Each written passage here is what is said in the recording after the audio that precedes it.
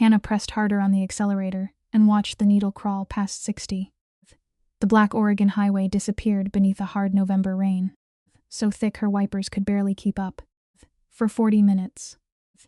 She had been driving away from a dead-end photography job, 6 hours of work for almost nothing. At 29, she was still fighting for every paid assignment, still carrying the grief of losing both parents 3 years earlier. It came back in small, cruel moments, like when she reached for her phone and remembered there was no one left to call. Then headlights appeared in her rearview mirror. High beams, bright and steady, matched her speed exactly. When she slowed, they slowed. When she sped up, they stayed with her. Fear tightened in her chest. Cold sweat slicked her palms against the leather steering wheel, though the air leaking through the doors was bitterly cold. She tried to tell herself it was nothing, just another driver heading toward Portland. But every instinct she had sharpened through years of photographing protests, police lines, and late-night raids told her something was wrong. Ahead was the Willamette River Bridge, narrow, slick and shining under the rain. She had crossed it 100 times, but tonight the road felt different.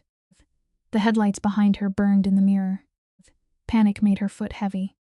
She hit the curve too fast, and the tires lost their grip. The car skidded sideways. She yanked the wheel, overcorrected, and the world spun. Metal screamed against the guardrail. Then the car dropped, weightless for one terrible second, before the river struck like concrete. Icy water burst through the door seams and stole the breath from her lungs. Hannah grabbed for the seatbelt, but her numb fingers fumbled uselessly. Her camera bag had slammed into her leg, pinning her against the center console as the front of the car began to sink. Water climbed from her waist to her ribs, then higher, cold enough to make her body lock up.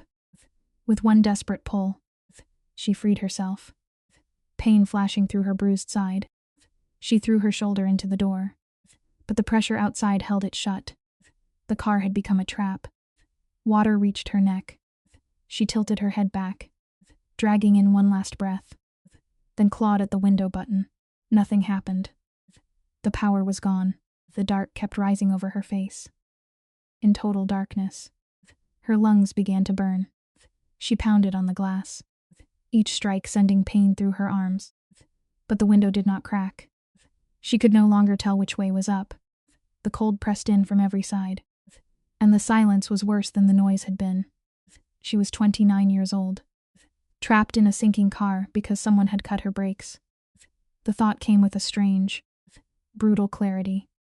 Her life was not finished, but it was ending anyway. Just as her vision blurred, the glass shattered. Strong hands reached through the broken window and locked around her arms. Jagged pieces tore at her clothes and skin as she was dragged out. A moment later, they broke the surface into freezing rain, and Hannah gasped, coughing river water from her lungs. Strong arms held her above the water while her body convulsed, choking and shaking. A man's voice, deep and rough, came close to her ear. "I've got you. Don't fight me. Just breathe." She had no strength left to fight. With steady, powerful strokes, he pulled her toward the muddy bank and lifted her onto the grass. His shadow blocked the stormy sky as he told her help was coming. When his hands pressed near her ribs, she cried out, and he murmured an apology. He draped a heavy coat over her shoulders, expensive and still warm from his body. "Who are you?" she rasped. "It doesn't matter," he said quietly. Then he stood a tall, broad-shouldered man with dark blood running from a cut near his hairline. Blood stained his hands from the shattered glass. "You're safe," he said, just as sirens began to cut through the rain in the distance. As the lights drew closer, he stepped back into the shadows. Hannah tried to sit up, desperate to ask his name, but her body refused to move. He disappeared before the ambulance arrived. 4 minutes later, paramedics wrapped her in warm blankets, while police asked questions she could barely understand. As they lifted her into the ambulance, she saw her car being hauled from the dark river, twisted and crushed like a metal cage. She could not understand how she was still alive. Hours later, she woke to the smell of disinfectant and a gray-haired nurse smiling gently at her. The nurse leaned over her bed. "Welcome back, sweetheart. You scared us."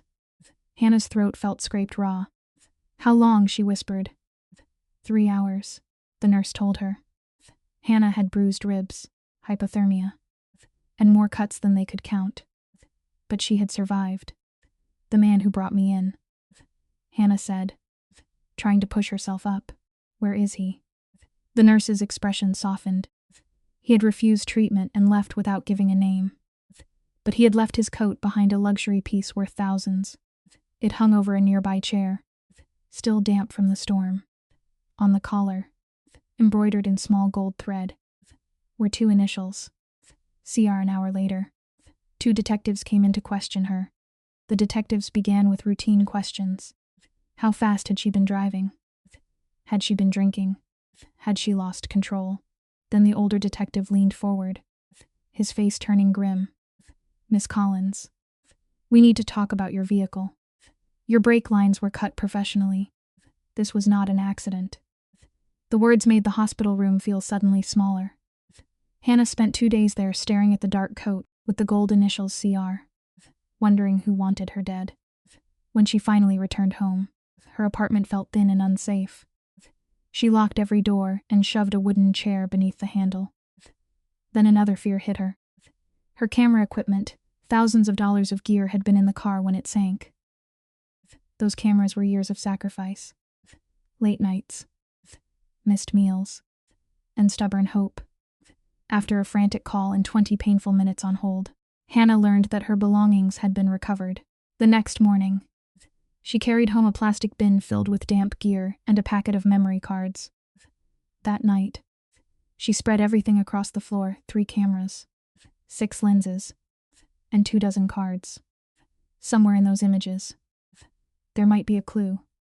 She started with the charity gala at the Benson Hotel, one of those events where wealthy people smiled for causes they barely understood. She had taken 500 photos, delivered 50, and forgotten the rest. Now the rejected shots were the only place left to look. Hannah sat alone in the quiet, scrolling through the unused photos on her laptop. Blurry frames, accidental shots, people blinking, turning away, stepping out near the valet. Then she froze. Across the parking structure, slightly out of focus, 4 men stood beside a black SUV. One held open a briefcase filled with stacks of cash. Another had a gun in plain view. But the 4th man made her stomach drop. He stood apart from the others, calm and watchful, even blurred. His sharp features and charcoal suit were hard to miss. Hanging from his fingers was a key fob marked with the same initials as the coat, CR. CR, the same man who had pulled her from the river, was standing in the background of an illegal deal. He had known who she was before he saved her. A sharp knock shattered the silence, and her laptop slipped from her lap onto the floor. Her heart pounded as she moved toward the door. Through the peephole, she saw him. The same sharp features, the same stillness of a man used to being obeyed. She should have called the police.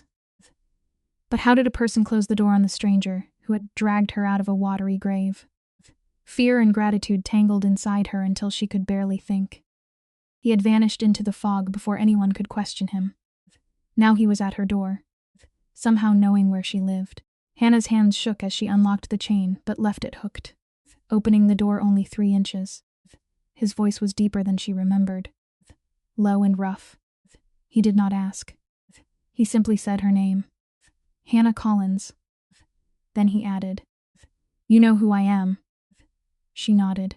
"I do." His dark eyes studied her with cold precision.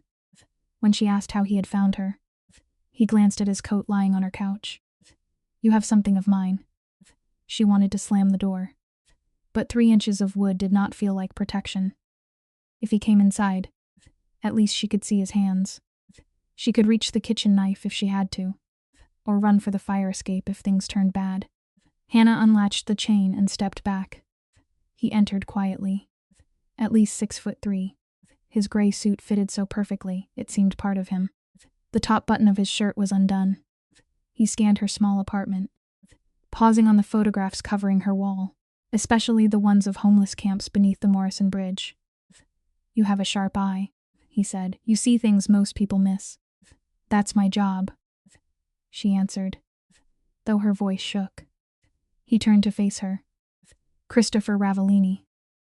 Hearing the name from his own mouth made the truth settle hard in Hannah's body. 6 hours of frantic searching had already told her enough. Christopher Ravellini, 34 years old. The whispered kingpin of the West Coast underworld. Never arrested. Rarely seen except at charity galas, private fundraisers, and expensive restaurants where no one asked questions. Hannah told him she had photographed him at the Benson Hotel. He did not deny it. He said she had captured a transaction she was never meant to see, and that was why someone had cut her brake lines. The calm way he said it chilled her. When she asked what he did, trying to sound brave, he looked at her and said, I run a business. He explained that some businesses protected their assets, and some removed threats. Right now, he was offering to protect her. Hannah wanted to laugh in his face. Why should she trust a man who had been part of the deal that got her marked for death? Christopher walked to the window and looked down at the street. The men who wanted her dead, he said, worked for a cartel lieutenant named Mateo Rodriguez, a patient man who preferred fear to noise. Her photos had captured a $22 million drug deal. When she threatened to go to the police, Christopher turned with a humorless smile. Then he listed the bribes. 3 detectives were getting $20,000 a month. Patrol officers were getting $10,000. Going to the police, he said, would only give Rodriguez her location faster. The calmness in his voice made Hannah's stomach twist. She accused him of lying. Christopher took out his phone and showed her Detective Aaron Mills's financial records. An $85,000 salary. Yet Mills owned a $400,000 vacation home in Bend, paid $40,000 a year for private school, and had a wife driving a Mercedes. The numbers did not add up unless someone else was paying. Then a message appeared on Christopher's screen from an unknown number. Tell the photographer the river was kinder than we will be. Hannah's hands curled into fists. Christopher said he was not asking for trust. He was asking her to look at the facts. They had tried to kill her 3 days ago and failed. Rodriguez would not miss a second time. He walked to the door and paused with his hand on the handle. Think about it, he said. You have my number from the coat. Call me when you're ready to accept reality. After he left, Hannah spent the entire night digging into Detective Mills. Every word Christopher had said was true. The vacation home, the private school, the luxury cars. She found the other officers too, each living far beyond what their salaries could explain. The pattern was too clear to ignore. Sleep became impossible. Every creak in the floorboards, every car passing below her window, made her chest tighten. She was exhausted, furious and terrified by how little control she had. Hannah tried to bury herself in work, setting up her laptop to edit photos of local business owners in Northeast Portland.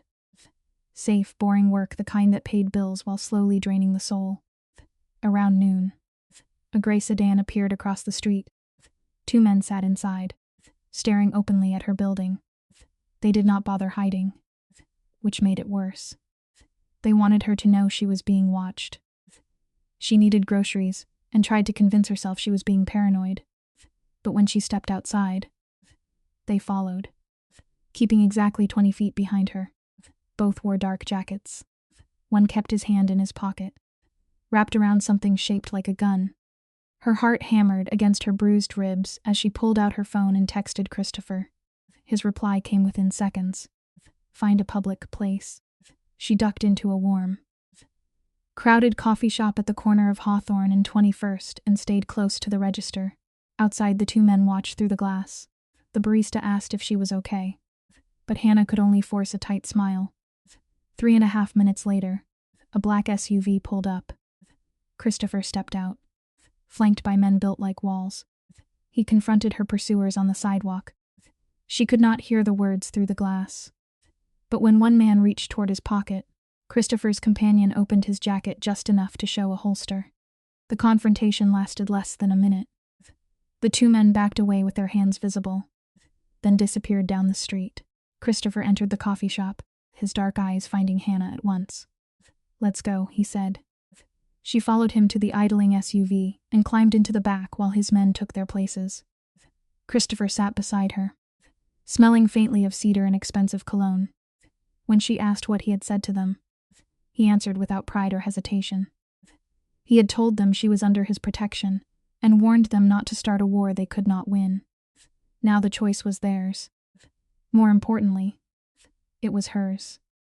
Without him, he said, she would spend the rest of her life looking over her shoulder.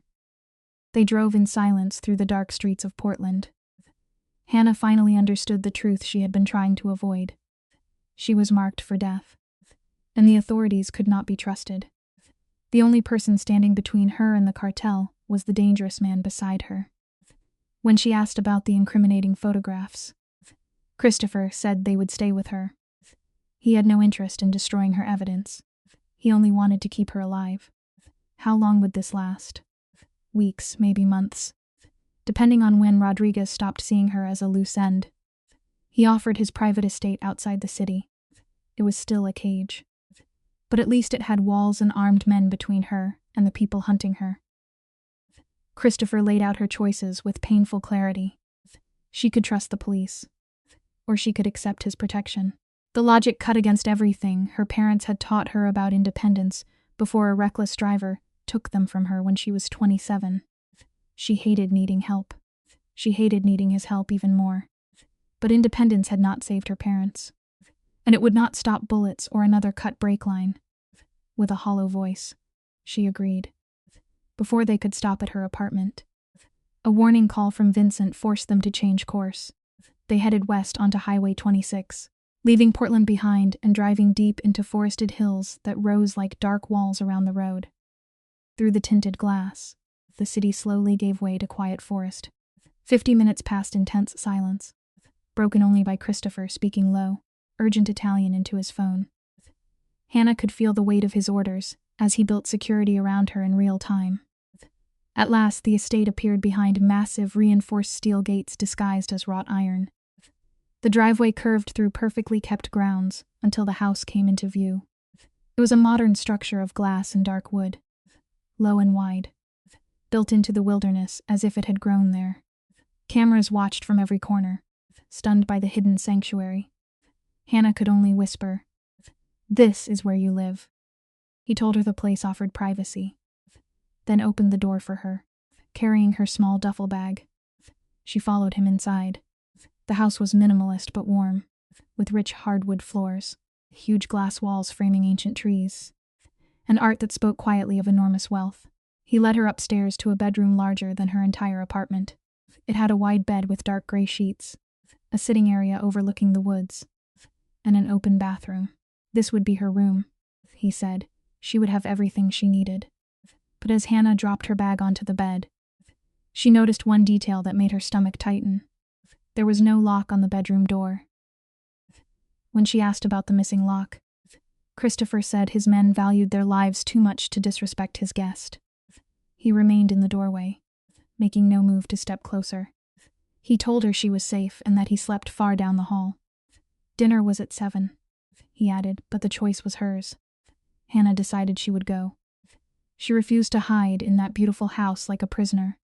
Once she was alone, she collapsed onto the bed, her aching ribs reminding her how close she had come to drowning only days earlier.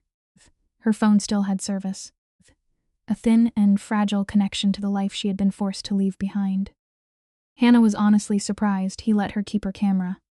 She had expected him to take it, to strip away the last piece of herself she still recognized. She sent vague lies to friends, turned off her phone, and let the next 4 days blur into a quiet purgatory.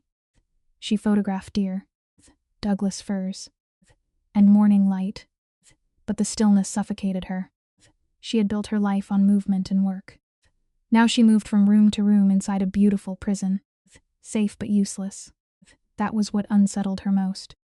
The walls were protecting her, but they were also cutting her away from the woman she had been. Hannah spent those long days with nothing to do but watch the man who had saved her. During the day, Christopher disappeared behind closed doors on the first floor. Through the glass, He looked like the polished businessman the newspapers described. But the men who visited him did not move like businessmen.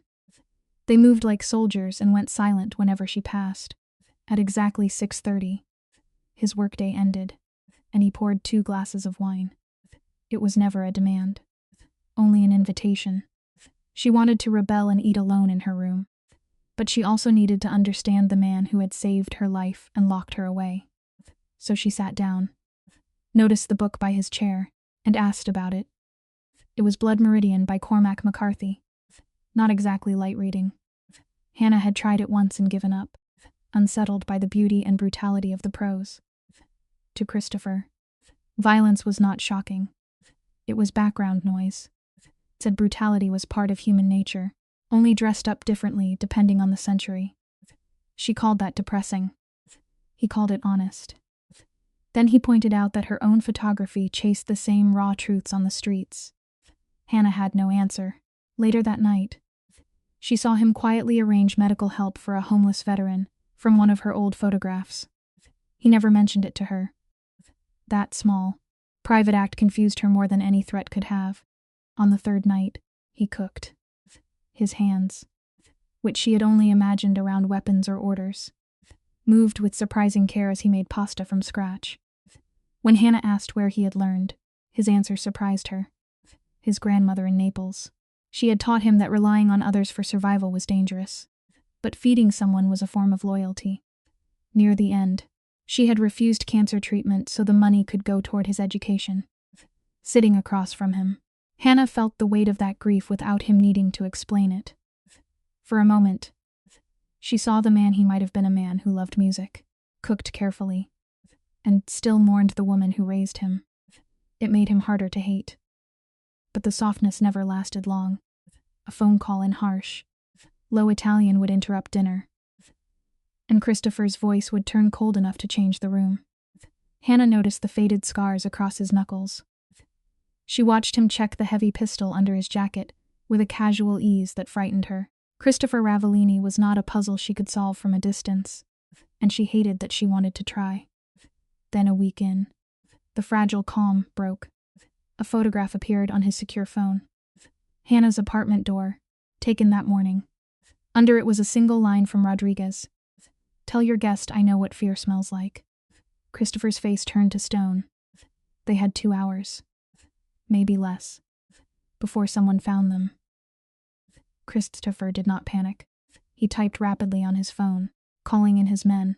Hannah suggested running, but he refused. Movement would make them easier targets.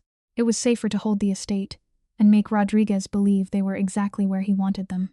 Within an hour, 10 heavily armed men arrived and took positions around the property with high-caliber rifles. Christopher activated hidden security grids, thermal cameras, and driveway sensors, turning the elegant house into a fortress. The change happened so quickly it made Hannah dizzy. He found her trembling in the kitchen and gave her instructions in a steady voice. If the gun started, she was to run upstairs, lock herself in the reinforced bathroom, and wait. She asked the question she had been trying not to say aloud. "What if you don't come back?" Christopher told her Vincent would get her out, but promised he would survive. He had lived through worse.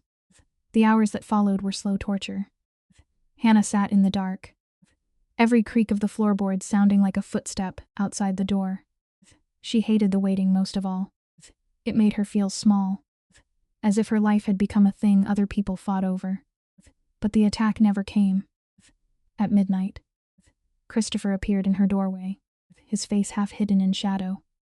The lockdown was over. He had leaked false details to expose a mole in his ranks, and Rodriguez had taken the bait. 2 men had sold him out, and Christopher had dealt with them permanently. He spoke of their deaths without raising his voice. They had made their choice, he said, and that was the price. Left alone, Hannah stared at her shaking hands. The illusion of his gentleness was gone. Christopher did not merely survive in that dark world. He ruled it. He decided who lived and who did not. She knew she should run, yet the worst part was that she felt safer because he was ruthless. It was a terrible thing to admit. Over the next 2 weeks, they lived in a fragile truce, circling each other carefully. both aware that something between them had shifted. Morning coffee became their quiet ritual. Christopher always made hers exactly the way she liked it, 3/4 full. Cream, no sugar. They sat together in the dim living room, surrounded by a silence that no longer felt empty. Some mornings they barely spoke. Other mornings, a question about music or photography turned into an hour of conversation. Once Hannah found him in the garage at dawn, replacing the brake lines on her recovered car himself. Even though the vehicle would never be driven again, he said nothing, only wiped grease from his hands and looked away. The gesture unsettled her more than an apology would have. That night, their knees brushed under the table, and neither of them pulled away. Finally, on Thursday, Christopher said he had a family obligation on Saturday and wanted her to come. He was making risotto, stirring with careful, methodical movements. It was a weekly dinner with his sister, Lucia, a 26-year-old corporate attorney who managed the clean side of his empire. She knew about Hannah, the photographs, and the cartel. Christopher trusted her completely. Hannah set down her wine glass, surprised, when she asked why he wanted them to meet. His answer was practical but softer than expected. Isolation was wearing her down. She needed to see someone who was not carrying a gun. Besides, Rodriguez watched for any break in his routine. He was right. For 2 weeks, her world had shrunk to the estate and its guards. Her friends had stopped calling. Her clients had moved on, and she was starting to feel invisible. With a quiet sigh, she agreed. Saturday arrived beneath a cold gray sky. Christopher drove them himself in a sleek black Mercedes that smelled of fresh leather.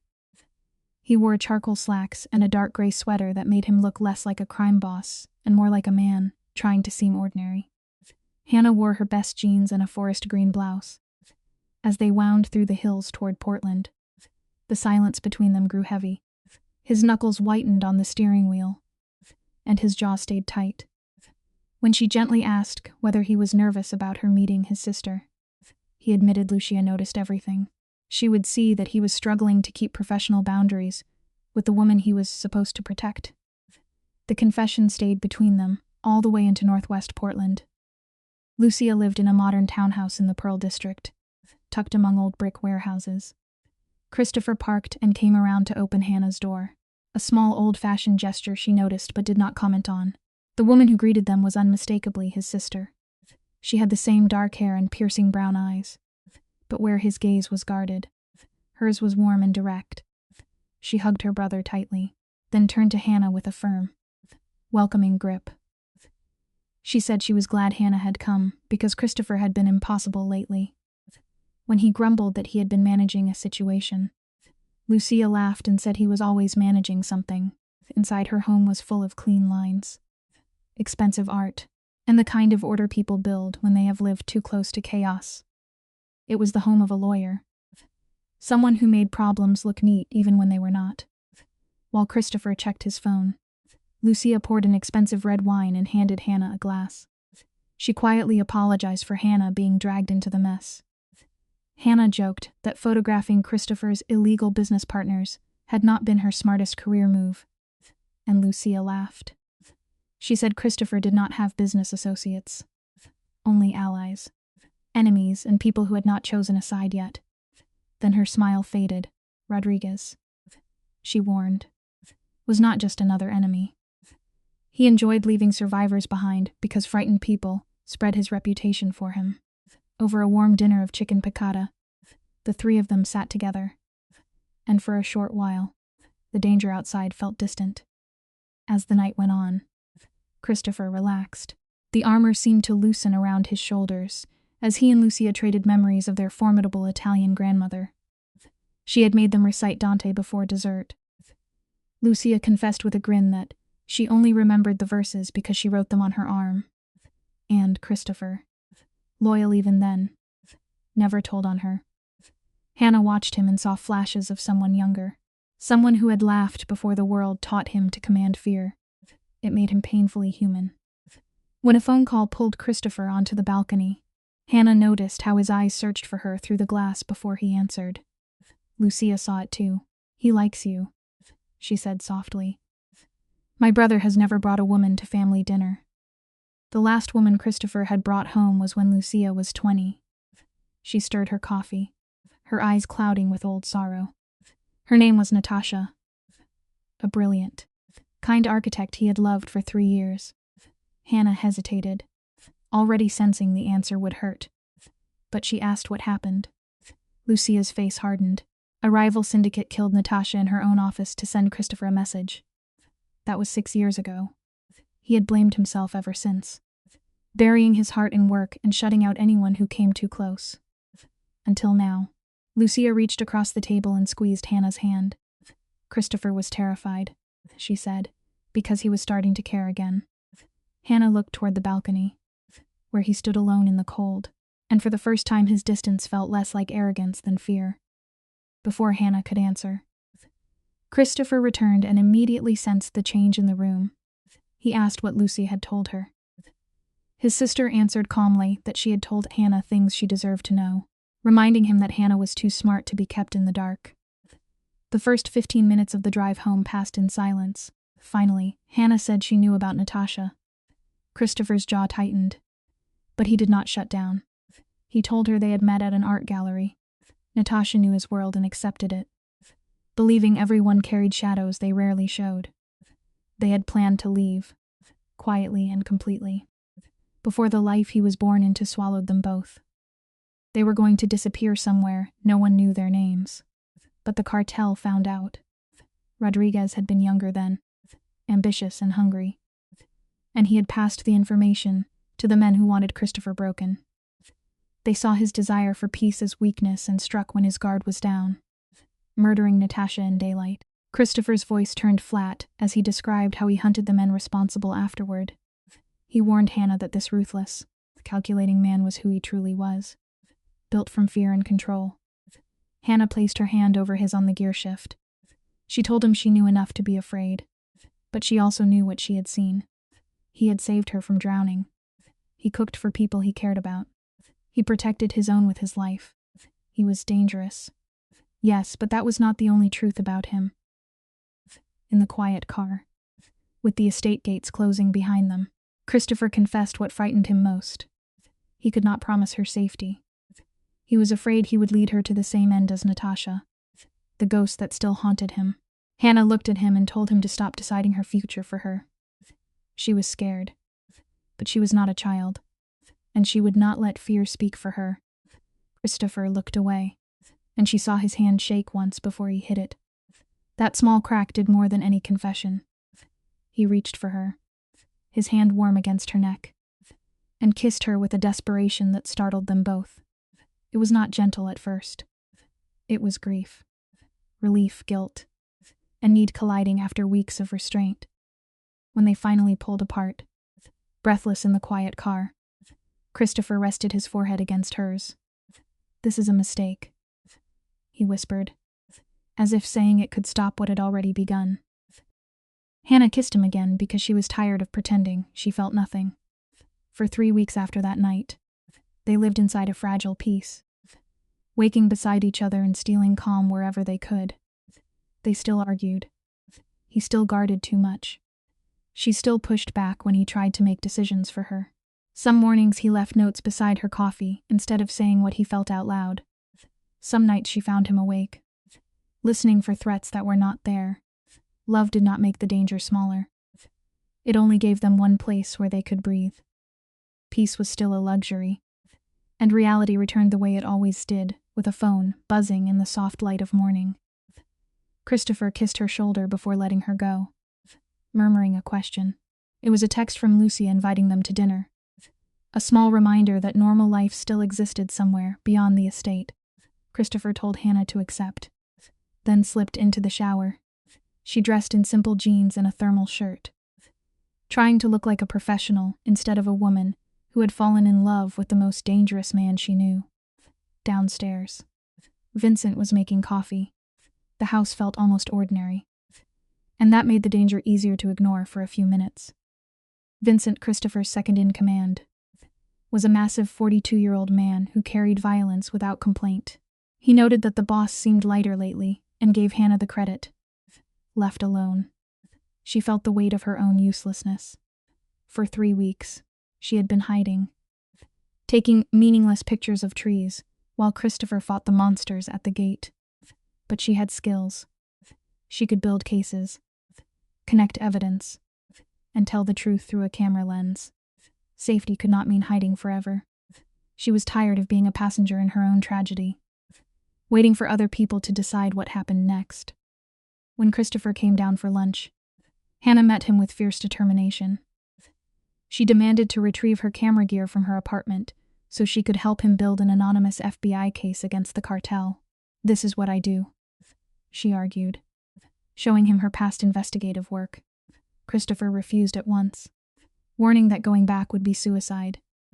Hannah pleaded, her voice shaking with frustration. She could not sit there and wait to be hunted. Christopher looked at her for a long moment, weighing the danger against what captivity was doing to her. He knew she needed more than protection. She needed purpose. At last, he sighed. The plan was laid out with cold precision. Christopher and his team mapped 5 escape routes and left the estate at 2:45 in the morning. Hannah sat in the back of the SUV, her heart hammering against her ribs as they drove through the quiet, hostile streets of Portland. When they reached her apartment building, Christopher gave her exactly 12 minutes to get in and out. Her hands shook as she unlocked the door and stepped into a life frozen in place. A mug still sat in the sink. Laundry lay across the couch. On the kitchen counter sat an envelope that had not been there before. Inside was a single wet photograph of the Willamette River. No signature. It did not need one. It felt like breaking into someone else's home. Christopher touched her elbow and whispered for her to focus. Together they packed her lenses, tripod batteries, and drives into a duffel bag while his men kept watch. With 2 minutes left, Hannah grabbed a framed photograph of her late parents, the only good picture she had of them. Vincent hissed from the doorway that they had to move. They left everything else behind: the furniture she had saved for, her darkroom gear, the ordinary debris of 29 years. They reached the vehicles in under 12 minutes. Then, as they drove away, a controlled explosion ripped through the night behind them. Smaller than a city disaster, but strong enough to tear through her apartment floor. A white flash lit the street, followed by a boom that rattled Hannah's bones. She stared back as the windows of her building burst outward and smoke rolled into the rain. Vincent cursed under his breath, while Christopher barked orders into the phone. Hannah's ears rang with one sickening thought. If they had been 10 minutes slower, she would be dead. They were waiting, she whispered, stunned. Christopher's face hardened as he explained the truth. Someone had watched them enter and waited to detonate the device once she was inside. Rodriguez had wanted the blast contained, personal and impossible to mistake. Her life had been measured in minutes, maybe seconds, and only luck had kept her breathing. Christopher gripped Hannah's hand hard enough to hurt. Erasure, that was what Rodriguez had wanted. Dawn brought the final report. 3 people had died in the blast. 2 innocent neighbors and 1 of Christopher's guards. Guilt hit Hannah like a physical blow. She ended up on her knees in the bathroom, sick with grief. Christopher found her there, wiped the tears from her face, and carried her back to bed. But sleep never came. As she stared at the ceiling, shock slowly hardened into anger. The cartel had wanted her afraid, hidden and silent. Instead, they had given her faces she would never forget and a reason to fight back. They wanted Hannah, hiding in Christopher's shadow, until they found another way to kill her. Instead, they had made her furious. By noon, she stood in Christopher's office with her camera gear. "I'm going after them," she said, demanding access to his clean contacts in the FBI. She would document their movements, expose their network, and help burn their empire down. Christopher warned her this would put her directly in Rodriguez's sights. Hannah held his gaze. "I'm already there." She could not choose what had been done to her, but she could choose how to answer. And for the first time since the river, she did not feel helpless. The question hung between them. Which version of Hannah was he trying to protect? The frightened woman hiding upstairs, or the one standing before him now? Christopher let the silence settle, then finally made the call. "Vincent, get the technical team together." What followed was 3 weeks of exhausting intensity. Christopher gave Hannah a room next to his office, equipped with high-powered cameras and deep databases of cartel targets. 12 hours a day, she analyzed movements, mapped supply chains, and documented names, dates, and locations for an airtight case. Some nights she waited in the cold dark with her lens fixed on a transaction, forcing herself to look at the danger clearly, instead of running from it. For Hannah, her old journalistic instincts finally had a purpose inside that guarded house. She knew how to turn scattered details into a story no one could ignore. One evening, Lucia found her at the dining table, buried under printed photographs and raw data. Looking over the chaos, Lucia told Christopher that Hannah had the same obsessive drive he did. A rare quiet pride crossed his face. Within 2 weeks, Hannah uncovered a $30 million shipment scheduled to move through the Seattle port in 9 days, along with a pattern in Rodriguez's calls that showed he was moving money through charities. For 3 tense hours, Christopher and Vincent verified every detail, knowing that one wrong assumption could turn the plan into a grave. At last, Christopher nodded and said her work was better than anything he had ever received from a paid informant. He decided to send the encrypted file to Agent Sarah Morrison, an honest federal contact in Seattle. After stripping out anything that connected the evidence to his own syndicate, he sent it into the dark digital void. Hannah asked how long they would have to wait, her chest tight with anticipation. Christopher drew her close, wrapping his arms around her waist, and told her she had done something real, something good. Leaning against him, listening to the steady beat of his heart, she allowed herself one small moment of relief. 3 innocent people had died in the explosion meant for her, and that grief followed Hannah everywhere. Maybe this, she thought, would force Rodriguez to step back. 4 days later, Agent Morrison moved. Hannah watched the television as tactical teams swarmed the exact Seattle warehouse she had analyzed. The broadcast reported 23 arrests, including 2 cartel lieutenants, along with millions in seized cash and contraband. The news credited anonymous tips, but Hannah knew the truth. Her camera had helped make this happen. Then her phone buzzed with a message from an unknown number. "You took a warehouse. I took your home. We are not finished." Hannah's relief curdled into dread. Hannah sat on the sofa, the television humming softly, while the weight of their temporary victory settled over the room. Dozens of cartel operatives were behind federal bars. Their cash and product were gone, their hierarchy fractured. Christopher sat beside her and told her she had done lasting damage, the kind that scarred an empire for years. Still, Hannah knew the beast was only wounded. Christopher turned off the screen and explained that the feds would now tear apart the cartel's West Coast operation. But Rodriguez would not accept humiliation quietly. He wanted to give her a moment of peace, a chance to breathe. After months of running from death, peace felt too delicate to trust. That night, Christopher decided to show her the ghost he carried. He led her past his study to a heavy door that had always stayed locked. Inside, time seemed frozen. The room smelled of old paper and leather. A massive mahogany desk stood beneath stern black and white portraits of men who had lived by the gun. Christopher spoke softly, telling her his father had died at that desk 5 years earlier, still holding a pen. The room was less an office than a mausoleum. He pulled down leather-bound journals filled with 4 generations of secrets and wars, all written in precise Italian. His great-grandfather had started them, so outsiders could not rewrite the family's sins. Hannah touched the ink and asked if he could read it. Christopher nodded. His father had made him master Italian before English. Forgetting the language, his father used to say, meant forgetting your own blood. Christopher admitted his father had seen their life as a gilded cage, each generation inheriting chains from the one before. Hannah asked if he truly believed freedom was impossible. He leaned against the desk and confessed that he wanted badly not to believe it. For 5 years, he had carried an empire he never wanted. When she asked why he did not walk away, he explained the brutal math of it. 300 families depended on him. If he vanished, worse men would take his place. And men like Rodriguez would swallow every small mercy Christopher had fought to keep. So he was building a quieter exit, slowly moving their holdings into the light. Hannah asked how long that would take. 3 to 4 years, he said, slow enough to avoid chaos.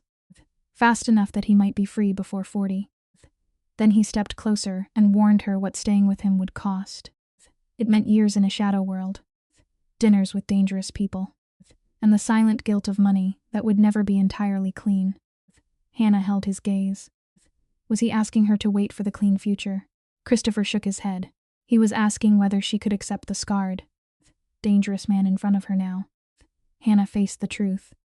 He was a criminal who had ordered deaths. She should have run. But he was also the man who kept her alive, who had shown her his wounds, and who made her feel protected for the first time in years. Hannah realized she had fallen in love with him, not with the legend or the danger, but with the complicated man standing in front of her. She promised to stay and build whatever future they could salvage from the ruins. Their kiss was slow, desperate, and heavy with everything they could not say. When he pulled away, Christopher whispered the 3 words that seemed to cost him everything.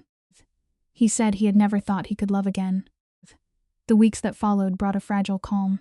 They drank coffee in the mornings and talked about music instead of blood.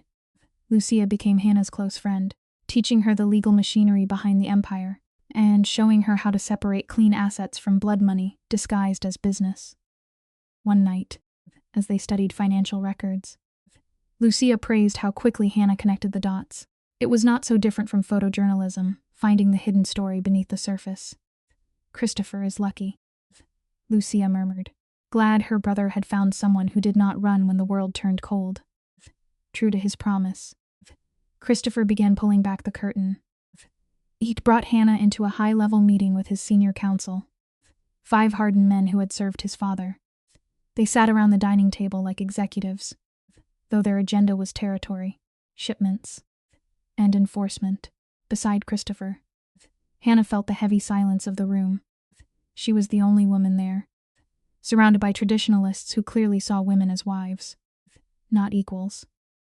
Vincent was there, a quiet pillar of support, but the other faces were unfamiliar.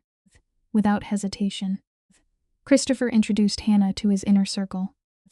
He told them she was under his personal protection and had helped bring down their enemies. Then he delivered the real shock. When he was away, she had authority to speak on security and operations. A tense silence gripped the room. Joseph, an old-timer with eyes like flint, challenged him, saying an outsider in that role broke decades of protocol. Christopher did not raise his voice. He simply said protocol changed when survival demanded it. He gave them a choice: accept her or leave. When Vincent leaned forward in silent support, the rebellion died before it began. The rest of the council fell in line, keeping their bitterness behind tight mouths. As the meeting dragged on, Hannah listened and learned the coded language of their world, where contracts meant violence and shipments meant poison. Christopher commanded the room without effort. Later, in the quiet of his bedroom, she asked whether those men would ever truly accept her. Christopher unbuttoned his shirt and admitted the old guard might never trust her, but they respected competence and strength. She had both. Hannah wrapped her arms around him from behind and whispered that anyone who could not accept her could leave. He turned, cupped her face, and told her she was his future. The rest would have to adapt. In the quiet darkness after midnight, Hannah listened to Christopher breathe and wondered how quickly a life could turn. Months earlier, she had been drowning. Now she was sitting in meetings with mob bosses and being given operational authority. Her parents might have been horrified, or maybe they would have understood that survival sometimes forces a person to rewrite rules they once believed were permanent. Love had found her in wreckage, and somehow she was rebuilding there. Exactly 2 weeks after the Seattle raid, at 6 o'clock on a cold Thursday evening, Hannah's phone rang from a blocked number. Christopher reached for it, but she answered first. A calm male voice said, "Miss Collins, you have made yourself very difficult to ignore." Then he hung up. The room went still. Christopher took the phone from her hand and checked the trace. Already knowing the answer, Rodriguez had called from inside Aragon. He had not retreated. He had come closer. Minutes later, Vincent confirmed movement near the estate. A strike team of 20 to 30 armed men might attack that night. Christopher called an emergency meeting, and his lieutenants gathered over maps and satellite images. "Let them come," he said, his voice like cold steel. "If they want war, we'll give them war." The cruel irony was that a quiet dinner had already been planned with Lucia and their close friends Antonio, Marie, David, and Sarah. Hannah wanted to cancel everything, but the guests were already on their way. They were ordinary people who lived in Christopher's shadow by choice. When Hannah begged him to send them away, Christopher refused. A sudden cancellation, he said, would tell Rodriguez exactly how afraid they were. Still, he quietly doubled the guards and moved the dinner closer to the bunker stairs. The guests arrived at 7:30, unaware of the storm gathering around them. Lucia hugged Hannah and whispered that she was staying to help keep everyone calm. Dinner became a surreal performance. They ate pasta and talked about house renovations, while armed guards took defensive positions outside, and Christopher's phone kept buzzing with updates. "Still coming," his silent nod told Hannah. Then at 9:15, alarms screamed through the house, drowning the dining room in red light. Christopher drew his weapon, his voice cutting through the chaos as he ordered everyone to the bunker. Hannah and Lucia hurried the terrified guests downstairs. Then a blast shook the villa, rattling windows and raining dust from the ceiling. Outside, the gatehouse burst into flames as attackers breached the outer perimeter. Automatic gunfire ripped through the night. Shouts and the deep blast of shotguns echoed through the halls. Vincent guided the group toward safety, but Hannah hesitated, torn between survival and the pull of loyalty. She knew what Christopher had ordered. She also knew she could not keep hiding while everyone else fought. For 3 months, Hannah had lived like a shadow, protected and passive, while Christopher and his men fought for her. That night, she chose to stop hiding. When she stepped into the room, Christopher looked at her with a mix of fury and fear. He ordered her downstairs. She refused, gripping the cold steel of the handgun she had taken from his safe. She checked the magazine the way he had taught her, unwilling to be helpless any longer. When he warned that she could die, she said she knew. Another impact rocked the house, shattering glass in the kitchen. With no time left, Christopher pressed his forehead to hers, whispered that he loved her, and disappeared into the smoke. Christopher vanished into the darkness, leaving Hannah with Lucia, who held a weapon Antonio had given her. There was no room for hesitation. Lucia checked her firearm with calm, practiced ease, and whispered that anyone who was not one of theirs would not make it down those stairs. Above them, the violence grew louder. Christopher's voice cut through it, shouting orders like an anchor in the chaos. Then 3 unfamiliar men reached the kitchen. "Contact," Lucia muttered. They fired together, muzzle flashes blinding in the dark. Hannah's second shot hit a shoulder, while Lucia's aim was terrifyingly precise. The house that had once felt like shelter had become a battlefield. Lucia fired twice and dropped the second man. The third ran. Hannah stood frozen, her hands shaking so hard she nearly dropped the gun. The truth hit her all at once: she had shot a human being. Adrenaline made the world feel both distant and painfully loud. Beside her, Lucia reloaded with steady hands, her calm suggesting a past Hannah had not yet asked about. For 18 minutes that felt endless, they held their ground. Hannah fired 4 more times, her ears ringing with a deafening whine, until Christopher's backup arrived and trapped the attackers between the house and the tree line. Only then did the tide turn. The attackers broke and ran for their vehicles. Some escaped into the woods. Others did not make it past the driveway. Then a heavy silence fell over the estate. The gunfire had stopped, but alarms still blared and distant cries filled the air. Christopher appeared at the top of the stairs, covered in blood and soot. When he saw Hannah, he rushed down and pulled her into an embrace so tight it hurt. "You are completely insane," he whispered against her hair. She could only nod, her teeth chattering from shock. Behind them, Lucia stood unharmed and almost clinical, confirming that the lower floor was clear. The cost of survival lay across the marble floors. 3 of their own gone forever, and a home that would never feel innocent again. They had survived the attack, but nobody in the house slept. The next morning, Christopher called an emergency summit in Seattle, bringing together the 5 families of the Northwest. Hannah and Lucia went with him, because the old rules had already been broken. In a heavily guarded room, the older bosses listened while Christopher laid out the evidence.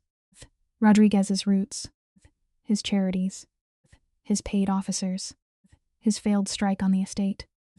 There was less shouting than Hannah expected, more silence, more men studying maps and understanding what came next. Christopher urged them to pool intelligence, cut off Rodriguez's money, and use federal channels before he could regroup.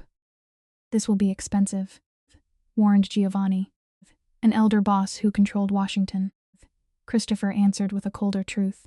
It would cost far more to let their enemies believe they could strike at their families and walk away. Today it's me, he said. Tomorrow it will be one of you. The vote was unanimous. But the room did not celebrate. War was declared quietly, with lawyers, encrypted ledgers, frozen accounts, and men waiting by phones. Over the next 2 weeks, FBI raids struck cartel strongholds while allied families intercepted shipments and exposed laundered money. It was not clean, and it was not fast, but under pressure from every side, Rodriguez's West Coast operation began to crack. As the network collapsed, Rodriguez made one final move. He called for a peace meeting at a secluded warehouse outside Portland, offering to pull out of Oregon completely. Christopher knew better. His informants had already warned him it was a trap. He arrived with only 8 men, while Hannah watched from the estate through body cameras and tracking feeds. Rodriguez stepped into view at the warehouse. Thin smile, calm eyes, hands folded as if they were meeting for dinner. Then he looked straight into the nearest camera. "Miss Collins," he said, "you should have stayed behind your lens." Hannah went cold. Christopher did not answer. The warehouse was already surrounded by allied teams and federal agents waiting just beyond sight. Rodriguez kept his eyes on the camera a second longer, as if he knew exactly where Hannah sat. "You made yourself a player," he said softly. "Players bleed." Then he reached for his weapon. The shooting began instantly, brutal and fast. Rodriguez fired twice before Christopher brought him down. The remaining men surrendered when federal lights flooded the lot. But the damage was done. 2 bullets had hit Christopher, one in the shoulder, the other deep in his side. He stayed on his feet just long enough to see Rodriguez fall, then collapsed. Through a flickering body camera feed, Hannah watched blood spread across his shirt. No one in the control room spoke. 6 hours of surgery followed, and every minute felt like punishment. Rodriguez was dead. His lieutenants were in chains, and the cartel's hold on the region was finally breaking. None of it mattered while Christopher lay unconscious under white hospital lights. At dawn, his eyes opened, seeing Hannah beside him. He managed a faint smile and whispered, "Did we win?" She kissed his forehead, trembling as she told him it was over. He squeezed her hand and promised a quiet future without gunshots.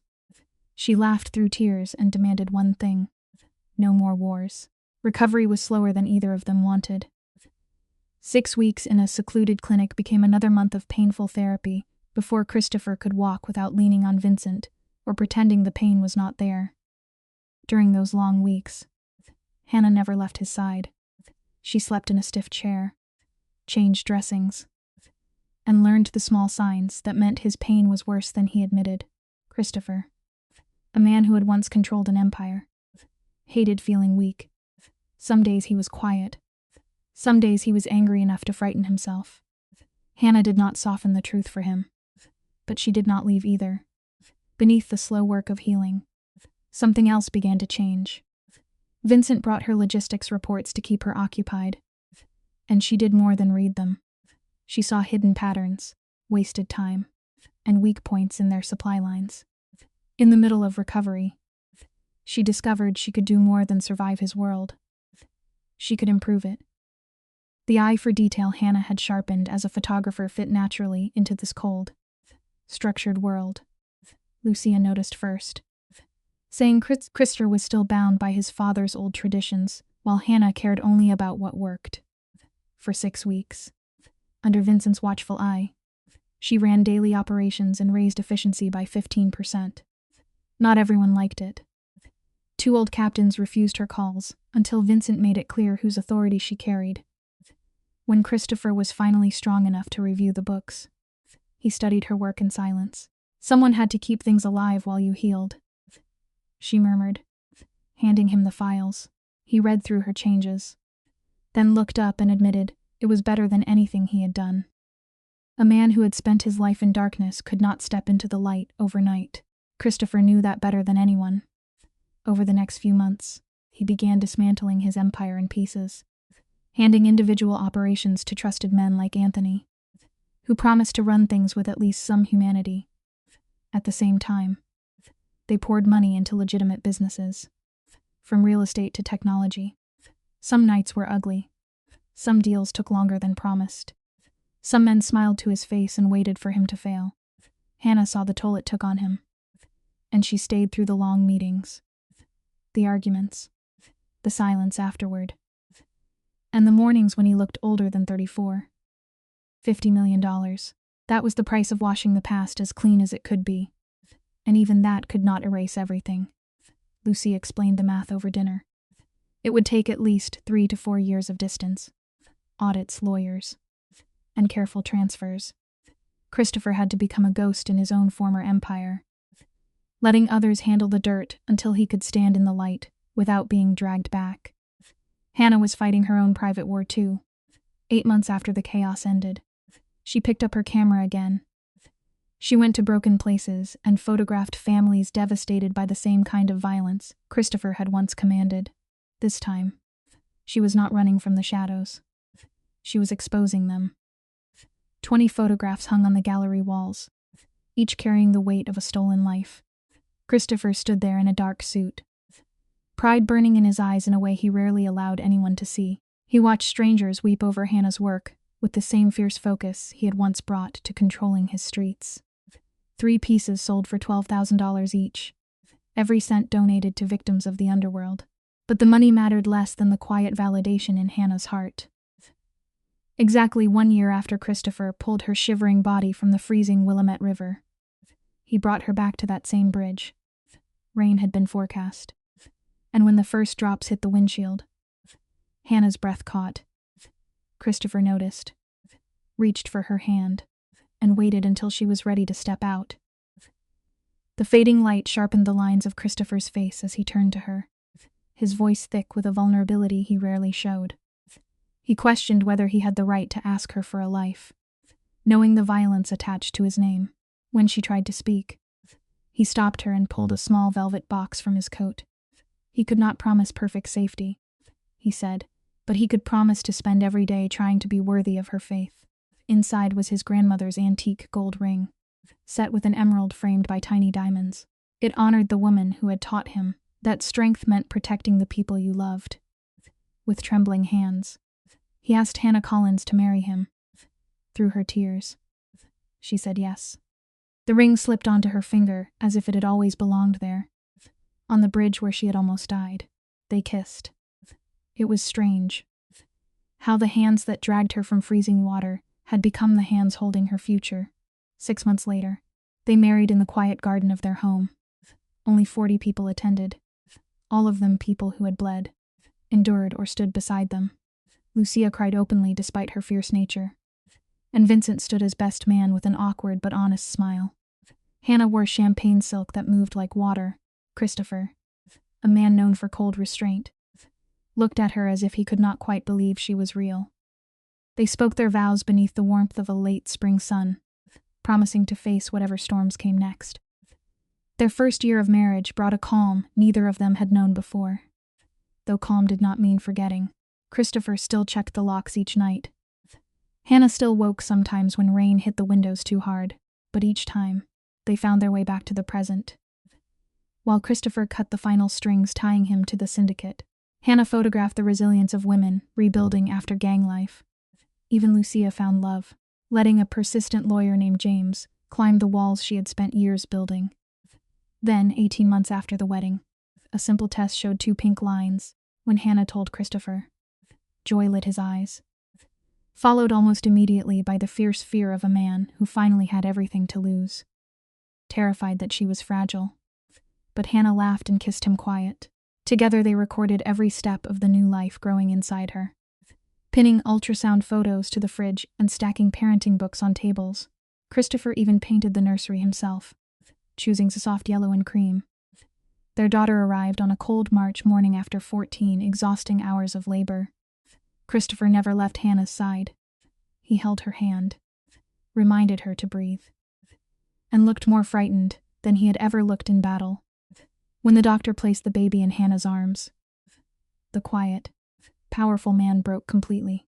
Tears ran down his face as he touched his daughter's tiny fingers and whispered that she was perfect. They named her Aurora Rose, a promise of a new dawn. 4 years after the river nearly took Hannah's life, she stood in the garden and watched her husband play with their 3-year-old daughter.